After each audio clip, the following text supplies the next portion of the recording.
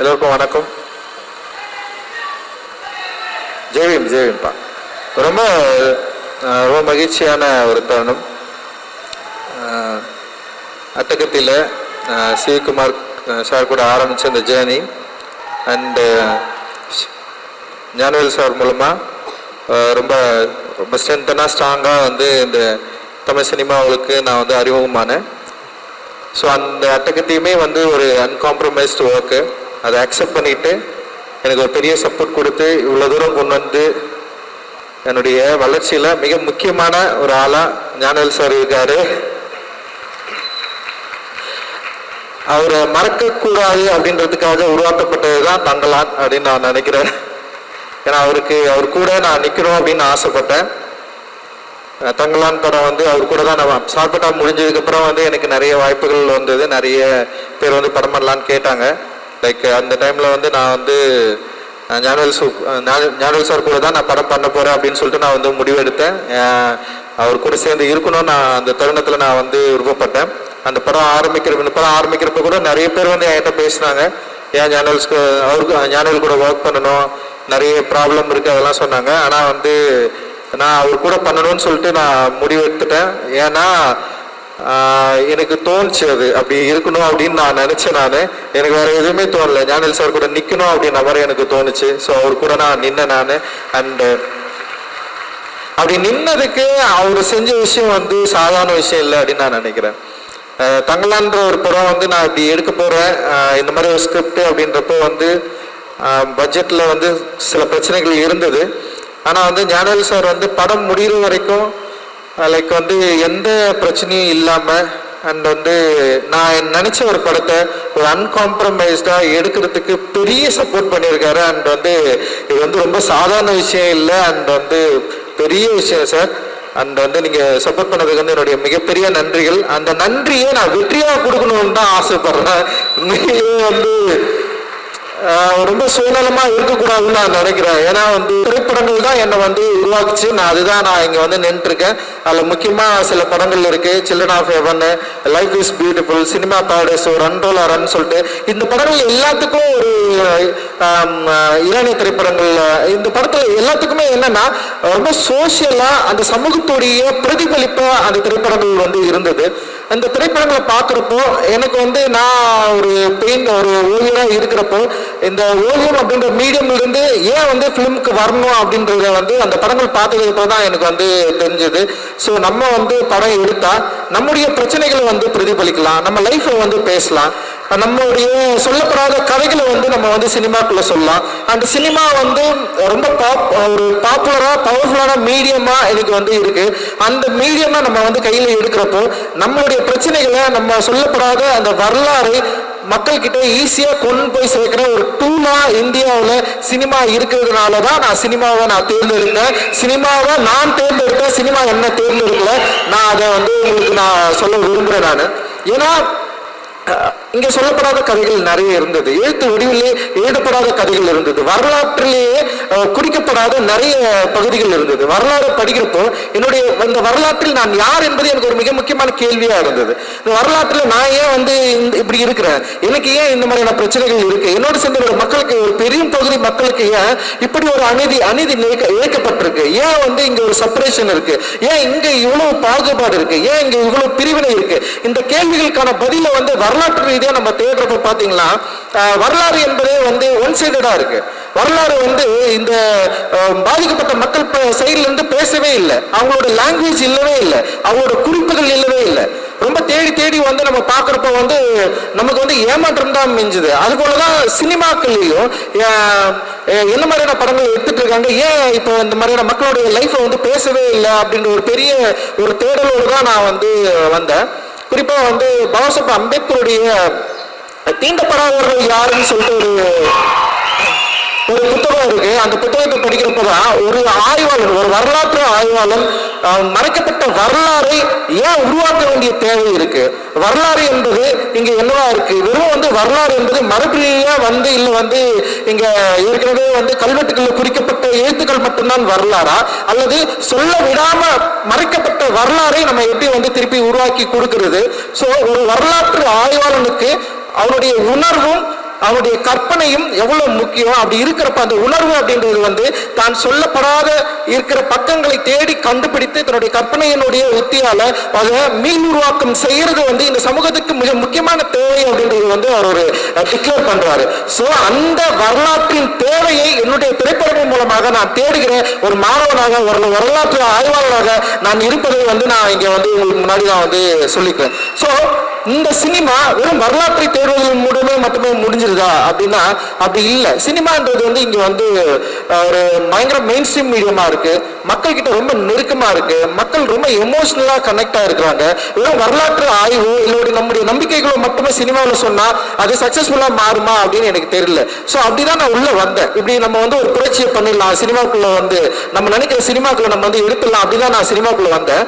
ஆனா சினிமா வந்து அப்படியே வித்தியாசமா இருந்தது. அதுவும் தமிழ் சினிமா வந்து இன்னும் பயங்கர வேறுபாடா இருந்தது, வித்தியாசமா இருந்தது.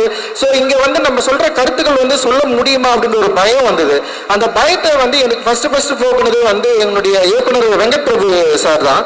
ஏன்னா வெங்கட் பிரபு சார் கிட்ட நான் ஒர்க் பண்றப்போ அது ஃபர்ஸ்ட் மூவி சென்னை 28 ஒரு படம் இருக்கு. ஏன்னா அவருக்கு வந்து இந்த மாதிரியான ஐடியாஸ் எல்லாம் இல்லை. ஆனா அந்த ஐடியா இல்லாம ஒரு மிக முக்கியமான சென்னையுடைய ஒரு பதிவை வந்து சென்னை 28 மூலமா அவர் வந்து பண்ணாரு. அது மிகப்பெரிய வெற்றி அடைஞ்சது. அந்த வெற்றி ஈஸியா மக்கள் கூட கனெக்ட் ஆகிற ஒரு வெற்றி இருந்தது. ஈஸியா யங்ஸ்டர்ஸ் வந்து கொண்டாடுறாங்க. அப்ப நான் பாக்குறப்போ அந்த சென்னை 28 லைஃபும் என் லைஃபும் வேற வேற இல்லை, ரொம்ப கிட்டத்தட்ட ஒரே மாதிரியான வாழ்க்கை இருந்தது. அந்த பசங்களோட வாழ்க்கை முறையும் வேறவே இல்லை.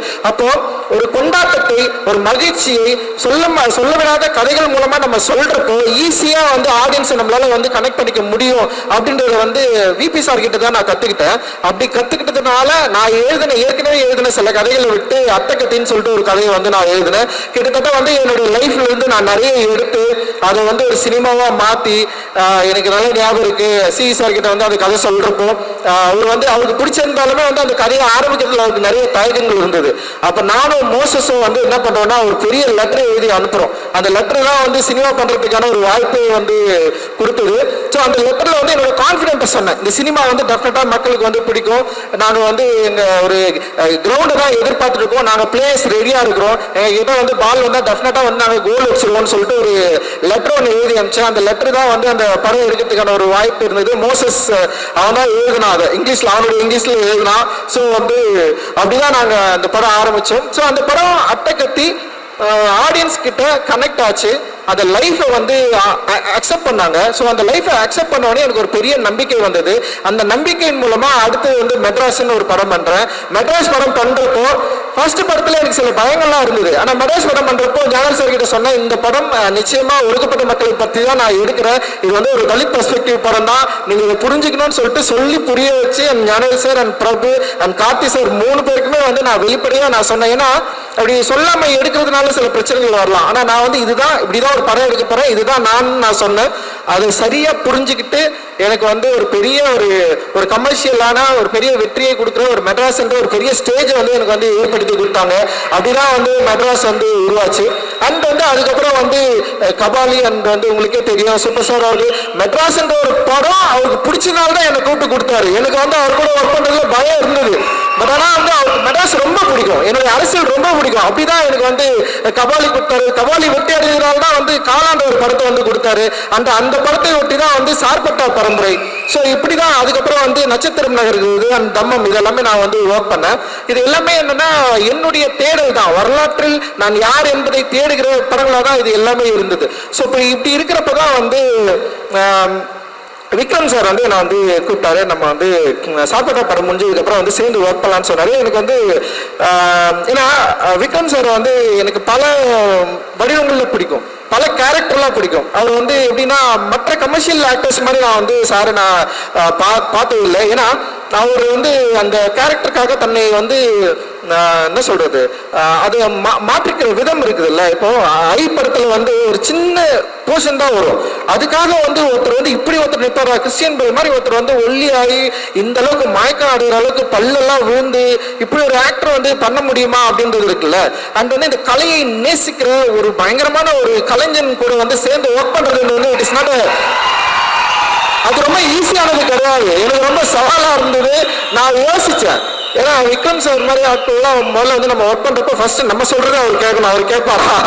ஏன்னா வந்து பொதுவாக வந்து ஒரு டிரெக்டருக்கே இருக்கிற ஒரு விஷயத்துல நம்ம எழுதிட்டோம், அந்த எழுதுனதை நம்ம சொல்றத கேட்டு பண்ணணும். ஏன்னா அவருக்குன்னு சில டிமாண்ட் இருக்கும்.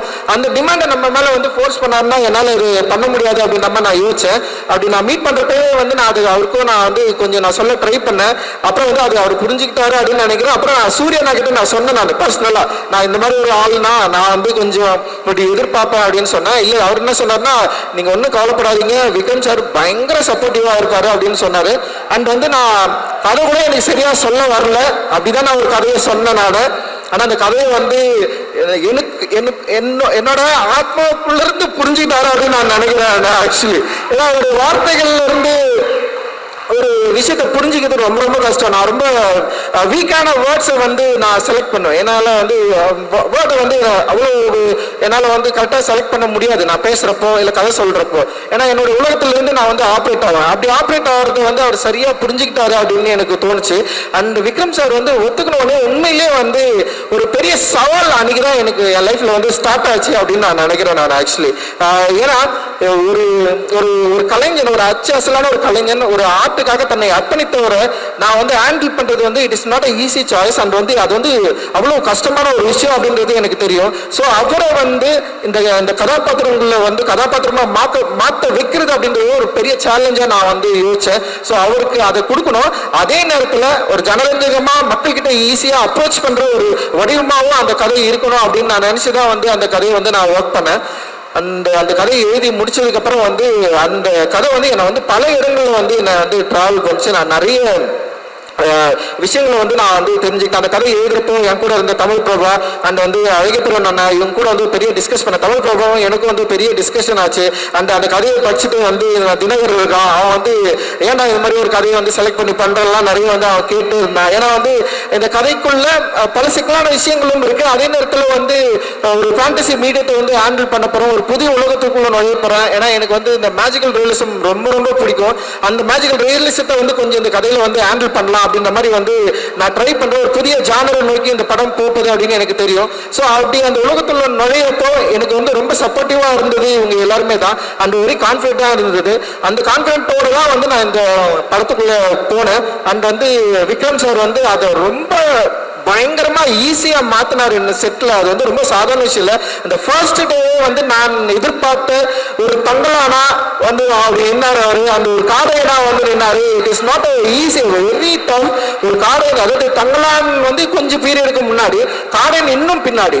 அப்படி இன்னும் பின்னாடி இருக்கிறப்போ வந்து காடையனோட உடல் வடிவமைப்பு அண்ட் வந்து அதோட ஸ்டேஜிங் இது எல்லாமே அண்டு படம் ஷூட் போறதுக்கு முன்னாடி வந்து ரிஹர்சல்ஸ் வந்து இருந்தது, அதுக்கும் வந்தாரு. ஒரு பெரிய பயங்கர சப்போர்ட்டிவா இருந்தாரு. அந்த படத்தை வந்து அவர் நடிக்கிறப்போல அது வந்து ஒரு பெரிய ஒரு ஆக்சுவலி வந்து ஒரு ஸ்கூல் மாதிரி தான் எனக்கு வந்து தெரிஞ்சது. ஒரு ஆர்டிஸ்ட்டை ஒரு ஹேண்டில் பண்றது வந்து எப்படி அப்படின்றத வந்து நான் வந்து கத்துக்கிட்டேன். ஆக்சுவலி பயங்கரமா ஒரு என்ன சொல்றது, ஒரு ஆசிரியரை ஷேப் பண்றது வந்து it is not easy right. நம்ம வந்து ஒரு மாணவனை ஷேப் பண்ணலாம், ஒரு ஆசிரியரா இருக்கிறது வந்து நம்ம வந்து அவரை வந்து ஸ்டேஜ் பண்றது, நடிக்க வைக்கிறது, அவர் நம்ம சொல்றது கேட்கறது. இப்போ அவரே சில விஷயங்கள் சொல்லுவாரு, ரஞ்சித் இப்படி பண்ணலாமான்னு. எனக்கு என்ன பண்ணணும்னா வந்து அப்படி கேட்டாருன்னு சொல்லிட்டு யோசிச்சு பண்ண வேணான்னு தான் சொல்லுவேன். சார் வேணாம் சார், இதுதான் எனக்கு வேணும் அப்படின்னு சொல்லுவாரு. ஸோ ஒரு பிடிவாதம் தான். ஆனால் இது வந்து நான் நினைக்கிறது தான் வரணும் அப்படின்ற மாதிரி இருப்பேன். ஆனால் அந்த நான் நினைக்கிறத விக்ரம் சார் சரியா புரிஞ்சுக்கிட்டாரு. அந்த ஸ்டேஜ் பை ஸ்டேஜ் வந்து அப்படியே அது அந்த கேரக்டர் இவால்வ் ஆச்சு. அந்த வந்து படம் எல்லாம் முடிச்சதுக்கு அப்புறம் கூட வந்து நான் ரீஷூட்காக கொஞ்சம் கேட்டேன். அவர் வந்து வேற ஒரு உலகத்துக்குள்ள போயிட்டாரு. அப்போ போயிட்டு கேட்டேன், சார் ரீஷூட் கொஞ்சம் பண்ணோம் சார், நீங்க வரலாம்னா உடனே ஒத்துக்கிட்டாரு. அண்ட் வந்து அவர் என்னன்னா ரிப்பு உடஞ்சிருச்சு அவருக்கு. ஒரு ஸ்டன் சீக்வன்ஸ் பண்றோம். இது வந்து நான் அந்த மானிட்டர் பக்கத்தில் போயிட்டு உட்காந்து போனாரு. அவரை நேராகவே பார்க்க மாட்டேன், மானிட்டர் மட்டும்தான் அப்படி பார்ப்பேன் நான். ஆக்ஷன் அப்படி சொன்னா ஒரு சீக்வன்ஸ் நடக்கும், அப்புறம் கட்டுன்னு சொல்லிட்டு அப்படியே தலை குனிஞ்சிப்பா பசங்களை யாராவது கூப்பிடுவாங்க, எங்க வாடா அப்படின்னு. அவருக்கு எதுவும் ஆயிடுச்சா கிட்ட போய் பாருங்கடா அப்படின்னு சொல்லுவேன்.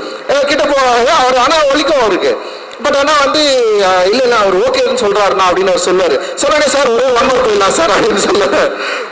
உண்மையிலே கொடுமை பார்த்தேன் அவர். ரொம்ப ரியலி சாரி சார். ஆக்சுவலி வந்து எனக்கு வந்து விக்ரம் சாரா இல்லை, தங்களானா நான் ஒருத்தனை பார்த்துட்டு அவரை எப்படியாவது கொண்டு வந்தது தான் என்னுடைய போராட்டமாக இருந்தது.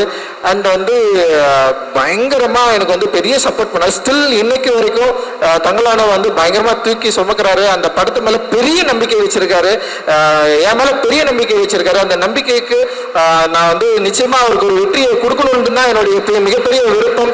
அது நிச்சயமாக ஒர்க் ஆகும் அப்படின்னு நான் நினைக்கிறேன். நான் இப்படி ஒரு கலைஞனை தேர்ந்தெடுத்ததுக்கு அப்புறம் இவர் கூட ஸ்டேஜ் பண்றதுக்கு வந்து சில பேர்கள் நான் வேணும்னு சொல்லிட்டு யோசிக்கிறப்போ, அண்ட் வந்து எனக்கு வந்து விக்ரம் சார்ன்னு சொன்னோடனே அப்படியே அவருக்கு ஆப்போசிட்டா தெரிஞ்சது வந்து பசுபதி அண்ணன் தான். லைக் வந்து பசுபதி அண்ணன் மாதிரி எல்லாம் வந்து ஒரு ஆள் வந்து வாய்ப்பே கிடையாது. நம்ம வந்து நடிக்கணும்னுலாம் சொல்லணும்னு அவசியமே இல்லை, இதுதான் கேரக்டர் அப்படின்னு சொன்னோடனே இந்த படத்துல வந்து ஒரு கிங்குன்னு ஒரு கேரக்டர் அப்படியே வந்து நின்னாரு. அது ஒரு லாங்குவேஜ், அந்த என்ன சொல்றது, அந்த டைலாக்ட் வந்து செம்ம மாடுலேஷனை கொண்டு வந்தாரு. புதிய ஒரு நடிப்பு பரிணாமத்தை வந்து காட்டினாரு. அண்ட் வந்து அந்த ப்ராசஸ்ல அவர் இந்த படத்தை எவ்வளவு நம்பினாரு, எப்படி வந்து அந்த இப்போ தங்களானுக்கு ஆப்போசிட்டா வந்து ஒரு கெங்குன்னு ஒருத்தர் வேணும்ன்றதுல வந்து பயங்கரம் புரிஞ்சுட்டு செம்ம ஒர்க் வந்து பண்ணியிருக்காரு. ரொம்ப கஷ்டப்பட்டாரு. பசுபதி அண்ணனுக்கும் வந்து ஒரு அவருடைய உடல் பிரச்சனைகளை மீறி வந்து அந்த இடத்துல அந்த அந்த ஸ்டேஜ் பண்ணதுல அந்த ஆக்டிங்ல அவர் என்ன பண்ணாருன்னா அப்படியே சைலண்டா எல்லாரையும் வாட்ச் பண்ணிட்டே இருப்பாரு. அவர் டயலாகில் அவரோட சீக்வன்ஸ் அப்படி வரப்போ வந்து எல்லாரையும் வந்து காமெடி பண்ணி பயங்கரமா நிற்பாரு. ஒவ்வொரு விஷயத்துல வந்து அவ்வளவு ஒரு போட்டி மனப்பான்மையாக வந்து நடிச்சாரு அவரு. அண்ட் வந்து என்னால அது பயங்கரமா ஃபீல் பண்ண முடிஞ்சது. நிச்சயமா பசுபதி அண்ணா ஒர்க் வந்து உங்களுக்கு எல்லாருக்கும் அந்த படத்துல பயங்கரம் பிடிக்கும் அப்படின்னு நான் வந்து நம்புறேன். அண்ட் வந்து பார்வதி அண்ட் மாளவிகா ரெண்டு முக்கியமான ஒரு நிறைய பெண்கள் கேரக்டர் இந்த படத்துல இருக்கு. அந்த அரசாணியா நடிச்ச பிரீத்தி, இவங்க எல்லாருமே வந்து பயங்கரமா பண்ணியிருப்பாங்க. அண்ட் பார்வதியை வந்து நான் 2 படத்துல இருந்து நான் வந்து ஃபாலோ பண்றேன். பார்வதி நம்ம நடிக்க கூப்பிடணும்னா அதுக்கேற்ற மாதிரி நான் ஒரு ஒரு ஒர்க்கை எழுதணும் அப்படின்னு சொல்லிட்டு நான் வெயிட் பண்ணேன். ஸோ நான் எழுதி முடிச்சதுக்கு அப்புறம் வந்து பார்வதி நடிச்சாதான் நல்லா இருக்கும்னு சொல்லிட்டு பயங்கர வாண்டிங்கா அவங்கள வந்து அப்ரோச் பண்ணேன். அண்ட் வந்து அவங்களும் வந்து அதை வந்து அக்செப்ட் பண்ணாங்க.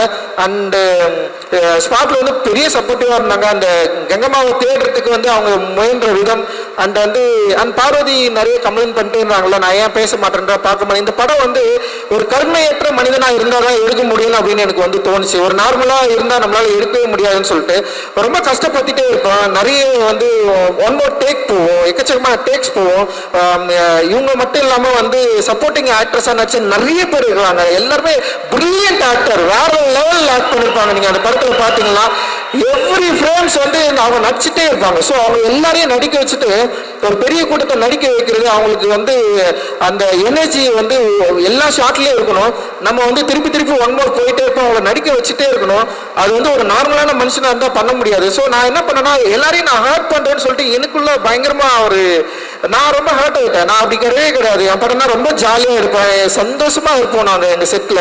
பட் ஆனா வந்து இவ்வளவு ஹர்ட் பண்ணி பண்ணதுனால என்னால பேச முடியல. எப்படியாவது வந்து நல்லா எடுத்துடணும், இவ்வளவு கஷ்டப்படுறாங்க, இவ்வளவு அவங்களோட எஃபர்ட்டை போடுறாங்க, அதனால வந்து எப்படியாவது படத்தை நல்லா எடுத்துடணும், சரியா வந்துடணும் படம்னு சொல்லிட்டு அந்த மன உளைச்சலுக்குள்ள போயிட்டு நான் கிட்டத்தட்ட வந்து அந்த படம் முடிகிற வரைக்கும் நான் அந்த ஜேர்னி தான் இருந்தது. அந்த நேற்று கூட வந்து ஞானல் சார் கேட்டாரு, இன்னும் ஒரு மாதிரி இருக்கிறீங்க, ஜாலியாகுன்னு சொன்னாரு. என்னால முடியல. படம் ரிலீஸ் ஆகிட்டு மக்கள் பார்த்து அக்செப்ட் பண்ற வரைக்கும் வந்து நான் அதுக்குள்ளதான் இருப்பேன் அப்படின்னு நான் நினைக்கிறேன். அந்த வந்து மாளவிகாவுடைய அவங்க உள்ள வந்தது, அவங்க போட்ட எஃபர்ட், அது வந்து ரொம்ப சாதாரணமா நான் நடிச்சுட்டேன் அந்த கேரக்டர் பண்ண முடியும்னு சொல்லிட்டு. பட் ஆனா வெரி டஃப்பான ஒரு கேரக்டர். அவங்க அதை வந்து தூக்கி சுமந்தாங்க, அவங்களால முடியல. அவங்க கை காலெல்லாம் உதறும், கையெல்லாம் வலிக்கும், ரொம்ப பெயினா இருக்கும். ஆனாலுமே நான் வந்து ஒன் மோர் கேட்டே இருப்பேன். அவங்க பண்ணிட்டே இருந்தாங்க. அவங்களுக்கு வந்து பயங்கர சப்போர்ட்டிவா அந்த ஸ்டன் மாஸ்டர் நம்ம சாம் இருக்காரு. சாம் வந்து ஒரு கரடுமுரடான ஆளு. நான் எட்றான்னா எல்லாரும் அச்சு போட்டு நிற்பாரு. எல்லாம் வந்து எல்லாருமே அடிப்பட்டுதான் உழுவாங்க. ஆனா வந்து அவ்வளவு சப்போர்ட்டிவா இருந்தாரு. And thank you Malavika. அண்ட் நீங்க அண்ட் டேனியல் ஒரு ஸ்டார். டேனியல் எப்படின்னா வந்து லாங்குவேஜ் பிரச்சனை, அப்புறம் டேனியலுக்கும் நமக்கும் கல்ச்சர் பிரச்சனை. டேனியல் பிரிட்டிஷ் இட்டாலியன், அங்கிருந்து இவர் வராரு. பாலா இருக்கிறான் பாரு, பாலாவுக்கு தெரிஞ்ச இங்கிலீஷ்ல டேனியலுக்கு ஒன்று சொல்லி கொடுப்பான். நான் ஒன்று கேட்பேன், பாலா அவனுக்கு தெரிஞ்ச இங்கிலீஷ்ல டேனியலுக்கு ஒன்று சொல்லுவான். அப்படி ஒரு பிரச்சனை நடக்கும். அப்புறம் நான் போய் கேட்பேன் டேனியல் கிட்ட சொல்லுவேன், டேனியல் இப்படி பண்ணுன்னு சொன்னா பாலா கூப்பிடுவோம், பாலா நீ இதுதான் நான் சொல்லுவேன். அவனே பாலா சொல்லுவேன், ஆனா நீங்க ஸ்கிரிப்ட்ல இதுதானே நான் எழுதிருக்கீங்க அப்படின்னா அது இல்லைனான்னு சொல்லி. ஸோ அண்ட் டானியல் வந்து அந்த கேரக்டர் வந்து வேற மாதிரி வந்து ஒர்க் பண்ணிருப்பாரு. Thank you Daniel. And Hari and Asokan, ஹரியெல்லாம் வந்து நான்லாம் யோசிக்கவே மாட்டேன். ஒரு கேரக்டர் எழுதிட்டேன், இது பண்ணணும், ஹரியால முடியும்னா அவன் பண்ணுவான். அந்த மாதிரி ஒரு கேபபிளான பயங்கரமான ஆர்டிஸ்ட். அந்த அசோகன்லாம் வந்து வேற லெவல்ல போறான். அந்த முத்துக்குமார், எவ்ரிதிங் எல்லாருமே. இப்போ பூர்வகாரணி நடிச்சிருக்கு, அப்புறம் வேங்கமலையும் யாழினி நடிச்சிருக்கு, அப்புறம் குட்டி பொண்ணோட நடிச்சிருக்கு. எல்லாருமே வந்து ஆக்டரா நடிச்சவங்க. முக்கியமா வேணா அந்த பேக்ரவுண்ட் ஆர்டிஸ்ட். ஏன்னா இவங்க எல்லாருமே வந்து என்னன்னா பேக்ரவுண்ட் ஆர்டிஸ்ட் நீங்க பாத்தீங்கன்னா படத்துல வந்து ரொம்ப சாதாரணமா அவங்களுடைய வேலையை ரொம்ப பயங்கரமா பண்ணியிருப்பாங்க. வேற லெவல் எக்ஸ்ட்ரானரி ஒர்க். அவங்க பட்ட கஷ்டம் அதெல்லாம் ரொம்ப சாதாரண விஷயம். அதெல்லாம் வந்து நம்ம வந்து சொல்ல முடியாது. அடிபட்டு ஓடும் ஒருத்தன் அப்படியே பார்க்காம கண்டுக்காம திரும்பிடுவேன் நான். அப்படி ஒருத்தர் மயக்கச்சி விழுந்துருவாரு, நான் என்ன பண்றதுன்னே தெரியாது. ஆனா வந்து உடனே நான் வந்து ஷூட் ஆரம்பிக்கணும். ஸோ அந்த அளவுக்கு வந்து ஒரு மோசமா தான் நடந்துட்டேன். Really sorry. நீங்க ஆனா பெரிய லெவலில் எனக்கு வந்து சப்போர்ட் பண்ணீங்க. அண்ட் தேங்க்யூ ரொம்ப நன்றி. அண்ட் வந்து என்னுடைய டெக்னீஷியன்ஸ் வந்து அந்த கிஷோர் வந்து என்னுடைய கனவை சுமந்த கிஷோர்னு நான் சொல்லலாம். கிஷோரா இருக்கட்டும், அந்த எடிட்டர் இருக்காங்கல்ல செல்வா, 2 பேரும் வந்து பயங்கர. அந்த ஆர்டர் வந்து மூர்த்தி சாரு வேற லெவல்ல வந்து அவங்க எல்லாமே வந்து எனக்கு வந்து பெரிய சப்போர்ட் பண்ணாங்க. அப்புறம் வந்து உமா இருக்காங்க, அந்த வந்து அறிவு, அந்த மௌனன் யாத்திரிகன், அந்த எல்லாருமே வேற லெவல்ல வந்து நமக்கு வந்து சப்போர்ட் பண்ணாங்க. அந்த மியூசிக் டைரக்டர் வந்து அந்த ஜிவியை பொறுத்த வரைக்கும் என்னன்னா, எனக்கு வந்து நான் சந்தோஷ் கூட தொடர்ந்து ஒர்க் பண்ணதுனால எனக்கு ஒரு ஒர்க் ஸ்டைல் இருந்தது. அண்ட் ஜிவி சார் எப்படின்னா வந்து பயங்கரமான ஒரு ஃப்ரெண்ட்லியா, ரொம்ப என்ன சொல்றது, அவரோட டியூன்ல எல்லாம் என்னை கூப்பிட்டு உட்கார வச்சு இப்படி பண்ணலாம் அப்படி பண்ணலாம்னு சொல்லி லிரிக் இந்த மாதிரி எல்லா விஷயத்துலயும் வந்து பயங்கர ஃப்ரீடமா இருந்தாரு. அண்ட் என்னன்னா, நான் என்ன நினைக்கிறேன், நான் என்ன சினிமா உருவாக்க நினைக்கிறேன், என்னோட ஃப்ளேவர் என்ன, எனக்கு என்ன இருக்கிற ஒரு பாலிடிக்ஸை சரியா புரிஞ்சுக்கிட்டு அவருடைய அந்த வரிகள்ல இருந்து அந்த மியூசிக்ல இருந்து அந்த படத்தை வந்து உருவாக்குறதுல வந்து மிகப்பெரிய சப்போர்ட்டிவா இருந்தாரு. அண்ட் என்ன சரியா புரிஞ்சுக்கிட்டாரு, என்னோட எமோஷனை ரொம்ப கரெக்டா புரிஞ்சுக்கிட்டு மியூசிக்கா வந்து வெளிப்பட்டிருக்காரு. அண்ட் அவரோட டீம் வேற லெவல் டீம் அவர் வந்து வச்சிருக்காரு. அண்ட் வந்து அவங்களுக்கு எல்லாருக்குமே நான் இந்த டைம்ல வந்து நான் தேங்க்ஸ் சொல்லிக்கிறேன். அண்ட் பெரிய சப்போர்ட் என்னுடைய அந்த உதவி இயக்குநர்களுக்கு எல்லாருக்குமே நன்றி. எல்லாரும் வந்து உங்களை வாழ்த்துறாங்க. அதே மாதிரி நீங்க எல்லாருமே நல்ல படமா எடுத்து பெரிய லெவலில் வரணும் அப்படின்னு நான் நினைக்கிறேன். அண்ட் நிறைய இப்போ சில் ராஜா அண்ணன், அந்த வந்து இப்போ ஸ்டெவான், காஸ்டியூம் டிசைனர் அனிதா, மனைவி அனிதா வந்து காஸ்டியூம் டிசைன் பண்ணியிருக்காங்க. அந்த ஏகாம்பரம் வந்து பண்ணியிருக்காங்க. அண்டு பயங்கர சூப்பரான ஒர்க். அண்டு நான் மகிழ் நீ சிரிக்கிறேன் அடி என் பொண்ணு சிரிக்கிறா. அண்ட் வந்து ஸோ எல்லாரையும் விட்டுனா யாராவது யாரு முனி அண்ணா, சந்திரா அண்ணெல்லாம் செம்ம சூப்பராக ஒர்க் பண்ணியிருந்தாரு. அண்டு ராஜேஷ் எது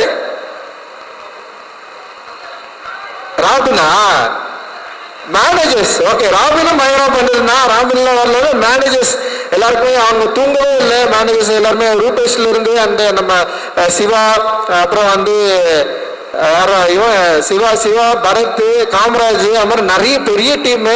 அந்த எல்லாருமே வந்து செம்ம சூப்பராக ஒர்க் பண்ணி பெரிய லெவல் சப்போர்ட் பண்ணாங்க. நிச்சயமா இந்த படம் ஒரு எல்லாருக்கும் ஒரு பிடித்த படமா இருக்கும். நான் அதுவுமே வந்து என்னோட சினிமா அப்படின்றது வந்து ஒரு சினிமாவை மட்டும் பார்க்கல, வெறும் என்டர்டைன்மெண்டா மட்டும் இருக்கணும்னு நான் விரும்பல. நான் அந்த என்டர்டைன்மெண்ட்டை மீறி இந்த சமூகத்துக்கு நம்மளால என்ன கொடுத்துட முடியும் அப்படின்றது தான் என்னுடைய வந்து பெரிய வாண்டிங்கா இருந்தது. இந்த சமூகம் என்னை வந்து ப்ரொடியூஸ் பண்ணியிருக்கு. இந்த சமூகத்துல இருந்து எனக்கு நிறைய கிடைச்சிருக்கு. அதுல வந்து இன்பங்கள் நிறைய இருக்கு, துன்பங்கள் நிறைய இருக்கு, நிறைய படிப்பினைகள் இருக்கு.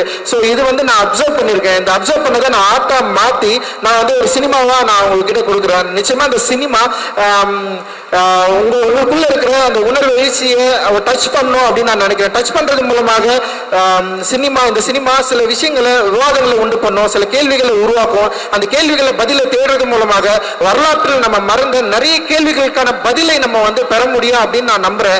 அதுதான் என்னுடைய சினிமாவா நம்புறேன், அதுதான் என்னோட ஸ்ட்ரென்த்தா நம்புறேன். ஏன்னா என்னுடைய பாலிடிக்ஸ் தான் நான், அது இல்லைன்னா நான் கிடையாது, அது இல்லைன்னா நான் இங்க கிடையாது. பாபாசாஹேப் அம்பேத்கருக்கு நான் பெரிய நன்றியை சொல்லிக்கிறேன். அவர் இல்லைன்னா நான் கிடையவே கிடையாது. அவர் தான் என்னை வந்து இவ்வளவு தூரம் நீ உன்னுடைய சமூகத்துக்காக உன்னுடைய மக்களுக்காக நீ பேசியே ஆகணும்னு சொல்லிட்டு என்னை புஷ் பண்ணி என்னை வந்து இந்த ஸ்டேஜில் வந்து நிற்க வச்சிருக்காரு. ஸோ அவருடைய வாய்ஸா, அவருடைய மாணவனா, அவருடைய சீடனா நான் தொடர்ந்து இயங்குவேன் அப்படின்றது தான் என்னுடைய வந்து ஒரு பெரிய லட்சியம் அண்ட் குறிக்கோள். அதுதான் என்னுடைய பெரிய விருப்பமா இருக்கு. இந்த நேரத்தில் நான் வந்து எல்லாருக்குமே நன்றி தெரிவிச்சுக்கிறேன். அந்த என் அம்மாவுக்கு ரொம்ப நன்றி. என் அம்மா வந்து என்னை எப்படி என்னை பார்க்குறாங்கன்னு கூட எனக்கு தெரியாது. ஏன்னா அவங்களுக்கு சின்ன வயசுல நான் அவங்க கொஞ்சம் ஒரு பையனா நான் இருந்தேன். அதுக்கப்புறம் வந்து இப்போ அவங்க எப்படி என்ன பார்க்குறாங்கன்னு தெரியாது. பட் அவங்க விட்டு விலகி நான் ரொம்ப தூரம் வந்துட்டேன். ஆனாலுமே வந்து அம்மான்ற ஒரு இருக்குல்ல, அது செம்ம சூப்பராக எமோஷனலானது. அது அவங்க கிட்ட பேசுகிறப்போ ஒரு சின்ன ஒரு ஆசுவாசம் கிடைக்கும். அப்போதான் நான் ஒரு பையனாவே உணர்வேன். அப்போதான் ஒரு நான் மனுஷனாவே உணர்வேன். அது வரைக்கும் நான் மனுஷனாவே இல்லை. ஏதோ ஒரு ஜோன்ல ஏதோ ஒரு வாழ்க்கையை நான் வாழ்ந்துட்டு இருக்கிறேன். ஆக்சுவலி அப்படியே போயிட்டு இருக்கிறேன் நான். அண்ட் வந்து அது அம்மா கிட்ட பேசுறப்போ நான் ஒரு சின்ன பையனா, ஒரு பிள்ளையா அப்படி வந்து அம்மா கிட்ட இருக்கிறேன். மாறாங்க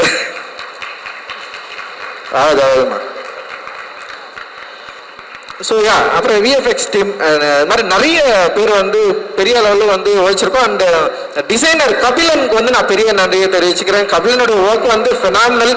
போஸ்டர் டிசைன்லாம் வேற லெவலில் வந்து அவன் கலக்கிட்டு இருக்கான். இன்னைக்கு வந்து இந்த படத்தை வந்து வேற லெவலில் வந்து அப்ரோச் பண்ணிட்டு இருக்கான். அண்ட் சவுண்ட் டிசைனர் ரூபன் வந்து ஒரு லைவ் சவுண்டை வந்து பயங்கரமா அச்சீவ் பண்ணியிருக்காரு. இந்த படத்துக்கு அப்புறம் ரூபனோட பேர் வந்து டெஃபினட்டா இன்டர்நேஷனல் லெவலில் வந்து பேசப்படும் அப்படின்னு நான் நினைக்கிறேன்.